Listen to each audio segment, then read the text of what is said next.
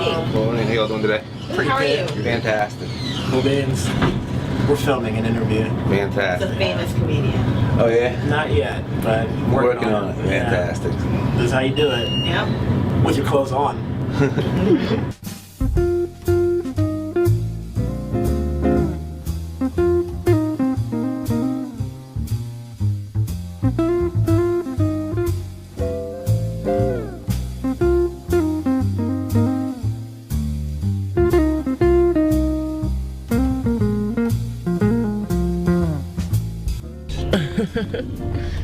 Alright. Who is Eric Owusu? Eric Owusu is a young man, lover of laughter, lover of comedy. He is a comedian, he's a writer, he's a son, he's an uncle, he's a brother, he's a friend, he's a lover, he's a fighter, he's a smiler and a lover of laughter. TV, my parents, my family, my friends, they raised me, and I've been acting the fool ever since. I love watching comedy, talking about comedy, actually doing comedy. And I think it's really important because it's a great way for people to express how they're feeling about something and either challenge an entire audience's view of that thing or get people to talk about it and see it in a way that they see it. It's been 3 years already. I've been doing stand-up three years, seriously. I first did it in 08 and I bombed terribly, so I took a break from it. But in 2010, I really started back up and really hit the mics hard and took it more seriously. I took comedy more seriously in 2010 up until now. Growing up, I was a little shy, I got picked on and whatever, but being a comic, you look at different scenarios and things that people are going through and you analyze them. And being a comedian also makes you want to learn as much about everyone and everything as possible. So now I'm far less hesitant to go up to people and start talking to them and have a conversation and learn something about somebody and have somebody learn something about me, and then we both go off as better individuals because of this interaction that wouldn't have started had I still been an introvert. Anyway, we're gonna get the show started, guys. Ladies and gentlemen, we're gonna have a good time. Are you guys ready for the start of the Hunger Games? All right, ladies and gentlemen, your first comic is a very funny guy, very good friend of mine. He's about to rip it. Ladies and gentlemen, start clapping right now. Clap it up, clap it up. For Mr. Jordan Raybould, guys. Jordan Raybould. The comedy influences are my favorite comics, my favorite performers like Dave Chappelle, Chris Rock, Bill Burr, Amy Schumer, but also life, just stuff that happens around me. It's good to go out and actually do things and get life experience so you have something to be able to talk about. So just the funny things I notice, like getting on the train, going to school, going to my internship, going home for the holidays. Life's a funny influence, my family. Foreigners do weird things. Yeah, that's how I'm starting my set off. Foreigners do weird things, yeah. No, it's true. My dad is a prime example of a foreigner that does weird things. My parents moved over from Ghana, West Africa, about 30 years ago.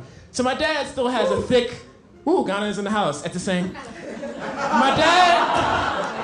My dad still has this thick African accent, which is cool. No problem about that. The problem is that because of his accent, he has to spell things a lot for people, especially over the phone. And he has to spell them letter by letter, and he uses the worst words to try to help you figure out what he's trying to spell. Like, I was in the car with my dad, he's driving, I'm riding shotgun, and he's talking to somebody over the phone, and I almost had an aneurysm. He was like, yes, I'm on Pepe Street, Pepe. P as in phonetically.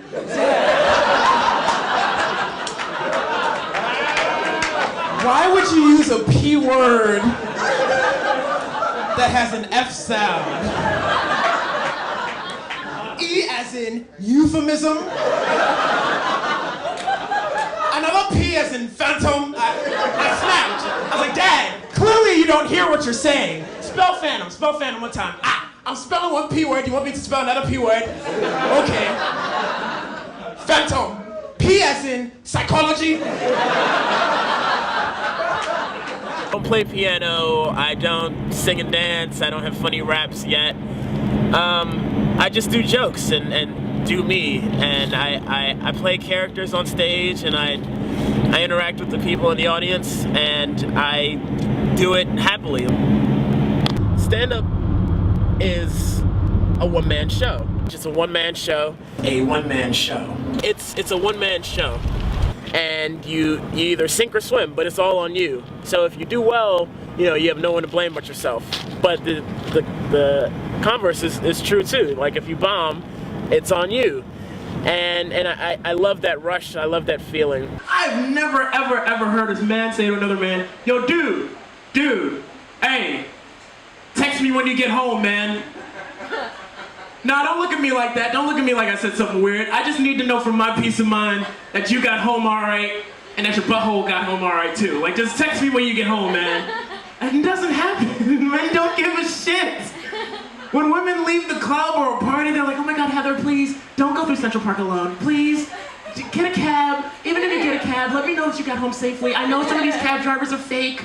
Fuck the green cabs, they're not real. They don't go through Manhattan, they're not real. They're gonna take you to a sex dungeon. Please text me when you get home, Karen, please. Like, a dude, when they're leaving the club, his buddies will be like, hey, yo, man, you leaving? All right, hey, remember, man, you owe me $67 for all the goddamn beers. I'll get it from you next time I see you. My style of comedy is very playful. I make people see how horrible I am, but think to themselves, wow, I would have said or done the same thing, so I guess I'm pretty nasty too. So we're all vile people, and we can laugh at that, because that's honesty, that's humanity, and that's really what I want to do when I get on stage, is just convey my humanity and get a room full of people to laugh about theirs. Because, I mean, otherwise, what are we all doing here? So that was fun. That was good. That was good. I had fun. I had a good time, man. That's the main thing. When I'm a host, I want the whole room to have a good time always. Because, I mean, that's the best way. Comedy is fun. Even though you, like, say real shit and get people to think about stuff, you know, you want everyone to have fun. So that was the main ambition there. And then it worked. It was a successful show. This girl I was seeing told me she likes to masturbate while she's on her period. But she didn't have to tell me that because I caught her red-handed.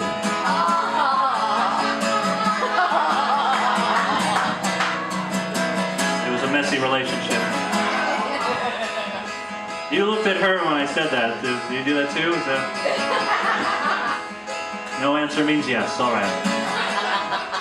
It just feels better. I don't make the rules.